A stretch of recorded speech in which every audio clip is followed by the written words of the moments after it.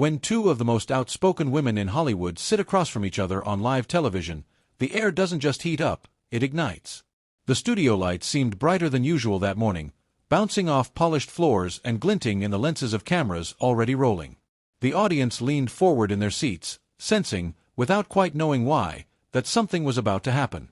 The guest was a legend. She had built a career on fearlessness, elegance, and talent that spanned decades. She had come here expecting to talk about her most personal and emotional role yet.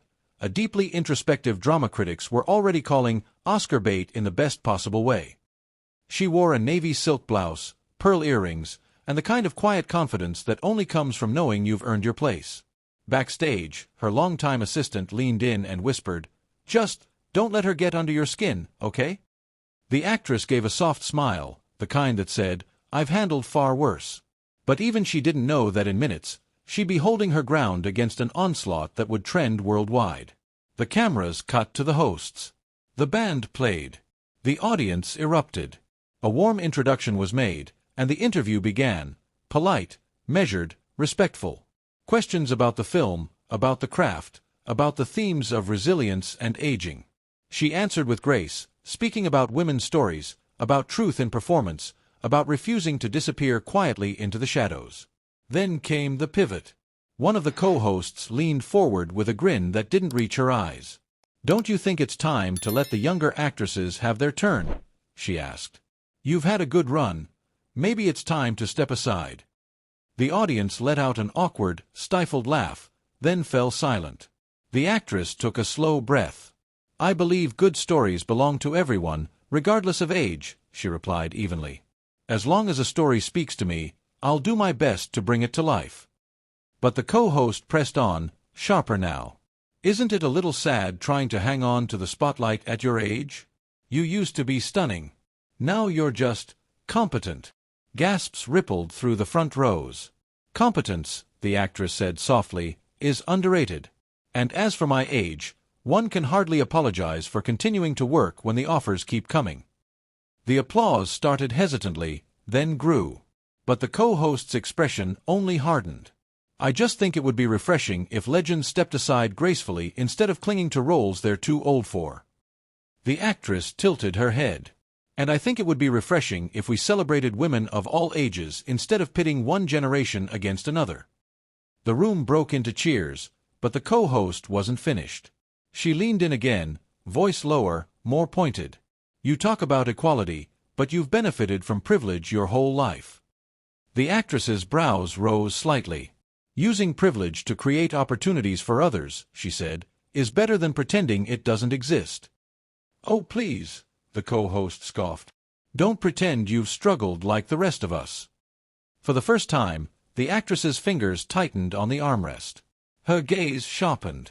"And don't pretend you know anything about my struggles." The silence that followed was electric. From that point on, the exchange was a duel, every question a jab, every answer a parry. The co-host dug into rumors, career choices, past interviews, but the actress met each one with dignity and precision, her voice never raised, her control never slipping. The audience was no longer just watching, they were holding their breath. And then, the moment. The co-host asked a final cutting question. "When history looks back, do you think it'll see you as a trailblazer, or just someone who couldn't let go?" The actress leaned forward, the stage lights catching the steel in her eyes. "When history looks back," she said, "it won't care about your opinion or mine. It will care about the work. And the work will speak for itself long after we're gone." The crowd exploded. Some stood. Others pulled out their phones, already knowing they just witnessed something unforgettable. The cameras caught the faintest smile tug at the actress's lips as she sat back, unshaken. Across from her, the co-host glanced down at her notes, and for the first time all morning had nothing to say. But even the most gracious of legends can only endure so much. The air in the studio felt thicker now, as though the tension had a weight of its own.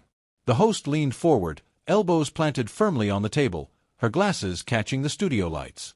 She shuffled her note cards slowly, almost theatrically, before speaking in a tone coated with mock sweetness. "So, you say you care about creating opportunities for others," she began. "Yet here you are, taking roles that could go to younger, more vibrant actresses. How very feminist of you." The actress's hands rested in her lap, fingers interlaced, her eyes calm but locked in an unflinching stare. "I don't believe opportunities are finite," she replied, voice measured and steady. "We don't need to push one group down to lift another up." The host's smirk deepened. "Oh, come on. Don't tell me you still think you're believable as a romantic lead, or a heroine in her prime. Isn't it time to embrace supporting roles? Or better yet, retirement?" The audience gasped as though a line had been crossed. A few muttered in disapproval, but the host ignored them entirely. She was on the offensive now, and she wasn't pulling back. The actress's jaw tightened almost imperceptibly. "We tell stories to reflect life," she said, her tone soft yet edged with steel. "And life doesn't stop being meaningful after 40, 50, or 70. A ripple of applause moved through the crowd, but the host rolled her eyes. "Oh, spare me the Hallmark card. You've had a charmed life. You're not some scrappy underdog who clawed her way up. You're Hollywood royalty." "Royalty," the actress repeated with a faint, almost amused smile. "If long hours, constant rejection, and a lifetime of work make me royalty, then I'll wear the crown with pride." The host scoffed. "Oh, please. You're adored. You've never been criticized like the rest of us." The actress's expression darkened slightly, though her voice remained cool. "I assure you, my career has not been immune to criticism. I've simply learned to tell the difference between constructive feedback and petty bitterness." The crowd murmured, a few whistles breaking the tension.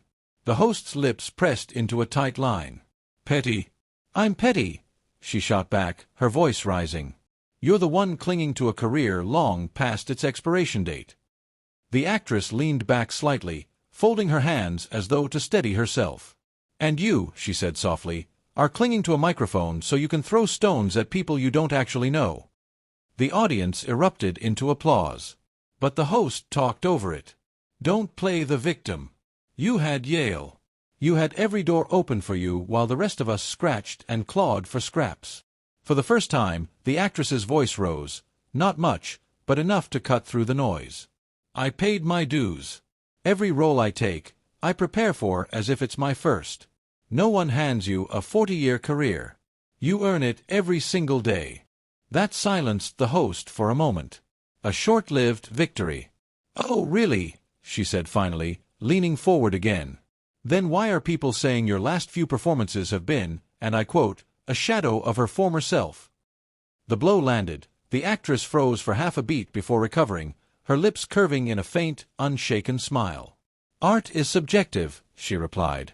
"Not everyone has the capacity to appreciate nuance." The audience roared. Even another host raised her eyebrows in quiet admiration. But the aggressor pressed on. "Nuance? How nuanced can you be, playing the same icy matriarch over and over again?" The actress sat taller, her gaze steady. "Every character I play is rooted in something real, something true. If they seem icy to you, perhaps that says more about your perception than my performance." Applause thundered through the room. The host's cheeks flushed crimson, though whether from anger or embarrassment wasn't clear. Then came the lowest blow. "And what about your looks?" she asked, her voice almost gleeful. "Isn't it time to admit Hollywood keeps you around out of respect, not because you're marketable?" The gasps this time were sharper, louder. Even the other co-hosts exchanged horrified glances. The actress didn't flinch.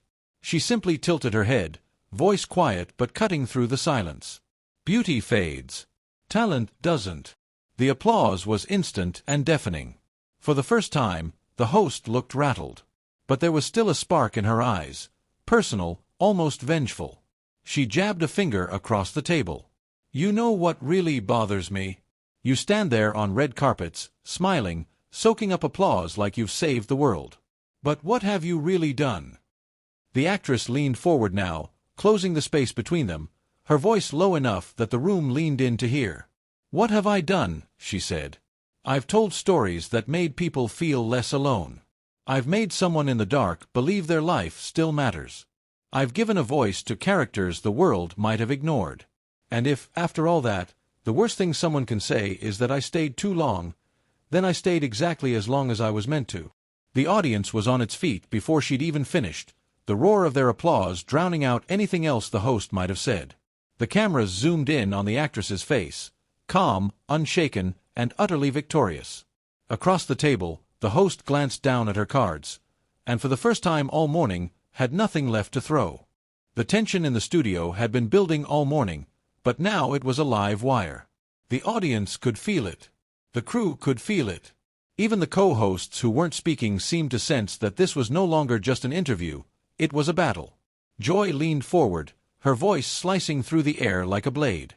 "You play pretend for a living," she said. "You're not curing cancer. You're not changing lives." The words hung in the air for a beat.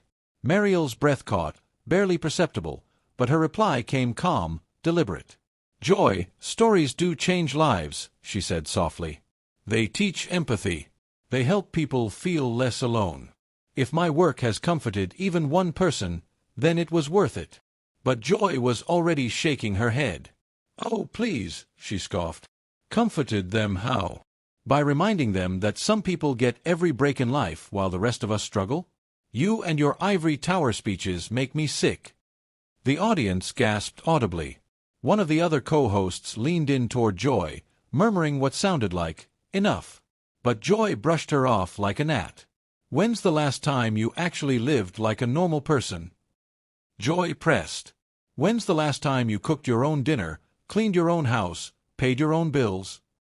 Meryl tilted her head, lips forming a polite but tight smile. "I cook for my family every night I'm home," she said evenly. "And I've worked hard enough to hire help when I need it. I won't apologize for that." "Oh, of course you won't," Joy said, clapping her hands in mock applause. "Because you think you're above everyone. That's the problem." This time, the words struck home. Meryl's posture stiffened, her eyes narrowing just slightly. "You don't know me, Joy," she said, her voice quiet but cutting. "You don't know what I've given up. You don't know the sacrifices I've made for this career, for my family, for my principles." "Sacrifices?" Joy laughed, the sound harsh and humorless. "You've never sacrificed anything. Everything falls into your lap. You play a sad woman on screen for a few months and people throw awards at you. Meanwhile, real women are raising kids, working 2 jobs, and actually struggling." Meryl's hands tightened on the arms of her chair. Her jaw was set, but her voice stayed controlled, even as it sharpened. "How dare you diminish what any artist, does? Do you think it's easy to pour your soul into a role? To give pieces of yourself away for decades? Just because it doesn't look like your struggle doesn't mean it isn't real." The audience broke into applause, but Joy's voice rose over them. "Cry me a river.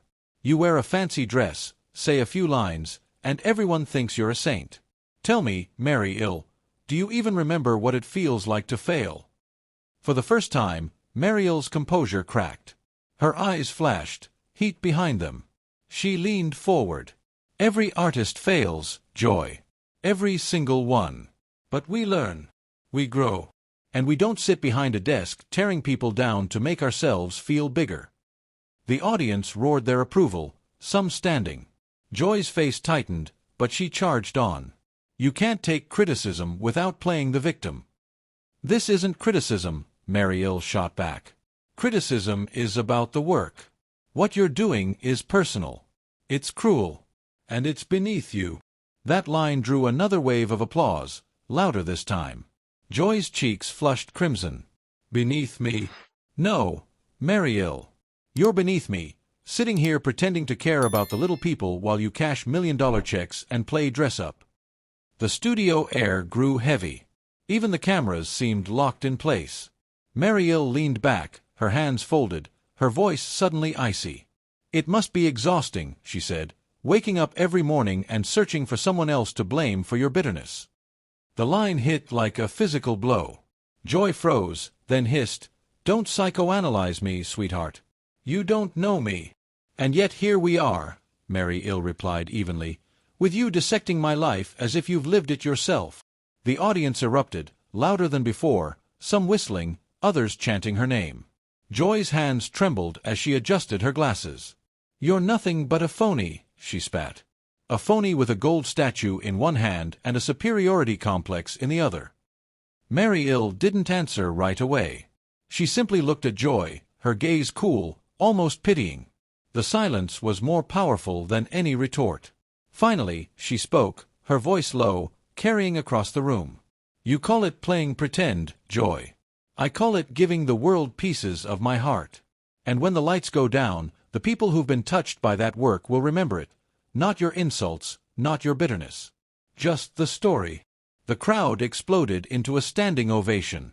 Joy sat back, jaw tight, as Meryl's eyes stayed locked on hers, calm, unbroken, and utterly unshaken. For a moment, a fleeting, flickering moment, Joy seemed to realize how far she'd pushed. Her eyes darted to the audience, then back to Meryl, but the faint hesitation vanished as quickly as it came. "You're going to sit there and act like you're better than me, aren't you?" Joy pressed, her voice now tight with defiance. "Like you're better than everyone in this room." Meryl blinked slowly, her expression unreadable. When she finally spoke, her voice was so quiet that the audience leaned forward, hanging on every syllable. "No," she said evenly. "But today, I am better than you." The studio erupted, applause, cheers, even whistles. The sound seemed to rattle the stage itself. Meryl didn't move. She sat perfectly still, hands folded, gaze locked on Joy. But in her eyes now was something new, steel-hard resolve. Joy's face tightened, the applause clearly striking a nerve. She raised her voice, almost shouting to reclaim dominance. "Better than me," she echoed with a bitter laugh. "Oh, don't flatter yourself, sweetheart. You're nothing but an overpaid actress with a god complex. You've been playing the same sad woman for 40 years, and everyone's too scared to tell you you're not even good anymore." Gasps rolled through the audience like a wave. Several co-hosts exchanged nervous glances, clearly praying for an end to the escalating feud. Meryl didn't immediately respond. She sat with her lips pressed together, her shoulders drawn back. Her eyes glistened, not with tears, but with fury. Then, slow and deliberate, she placed her hands on the table and rose to her feet. She straightened her posture, towering over Joy like a queen reclaiming her throne. "That," Meryl began, her voice low but slicing through the air, "was the cruelest thing you've said all afternoon. And that is saying something." Joy scoffed, folding her arms. "Oh, what? Going to cry now? Sorry, darling, this isn't a movie set. There's no director to yell, 'Cut.'" Meryl's jaw tightened. "No, Joy," she said, her tone cold as glass. "I'm not going to cry. But I am going to leave." The room went dead silent. Even the cameras seemed to pause. Meryl unpinned her microphone with steady hands, the faint click of the clip echoing in the hush. "I came here to talk about my work. To talk about art, about storytelling, about the things that connect us," she said, not to Joy, but to the audience. "Instead, I was ambushed, belittled, insulted." Joy rolled her eyes, muttering, "Oh, get over yourself." But Meryl ignored her completely. "The worst part," she continued, scanning the silent rows of faces before her, "is not what was said about me. It's what it says about this show, about what daytime television has become. Not a platform for conversation, but a stage for cruelty." A single clap rang out from somewhere in the crowd, hesitant but defiant. Then another. Soon, applause swelled, rolling through the studio like a tide. Joy raised her voice, desperate to grab the moment back. "Oh, sure. Walk out like the diva you are. Prove everyone right about you." Meryl turned back to her, her expression calm but unyielding. "No, Joy. I'm not walking out because I'm a diva. I'm walking out because I have more respect for myself, and for them, than to keep playing your game." Joy opened her mouth, but Meryl lifted a hand, silencing her without a word. "That's enough," she said simply. "We're done." She set the microphone down with finality, took her purse, and began to walk toward the stage exit. The sound of her heels against the floor echoed in the stillness, the applause growing louder with every step. At the edge of the stage, she stopped, turned back, and gave the audience a small, gracious nod. "Thank you," she said softly. "You deserve better than this." And with that, she was gone. The cameras lingered on Joy's face, now pale and tight with frustration, as her co-hosts scrambled to change the subject. But it was too late. The audience, and everyone watching at home, had already chosen who left with dignity intact, and it wasn't Joy. If you were here for this moment, you'd remember it for years. You'd remember the way the air changed, the way truth landed like a hammer in a room full of noise. And you'll remember this: when someone stands for themselves without lowering to the level of cruelty, they win. Always. Speech balloon, whose side are you on, Meryl's or Joy's? If this scene had you hooked, don't just scroll away. Thumbs up like this video. Loudspeaker, share it with someone who loves a good behind-the-scenes Hollywood showdown. Speech balloon, drop your thoughts in the comments. Let's hear your take. Bell and subscribe for more unforgettable moments.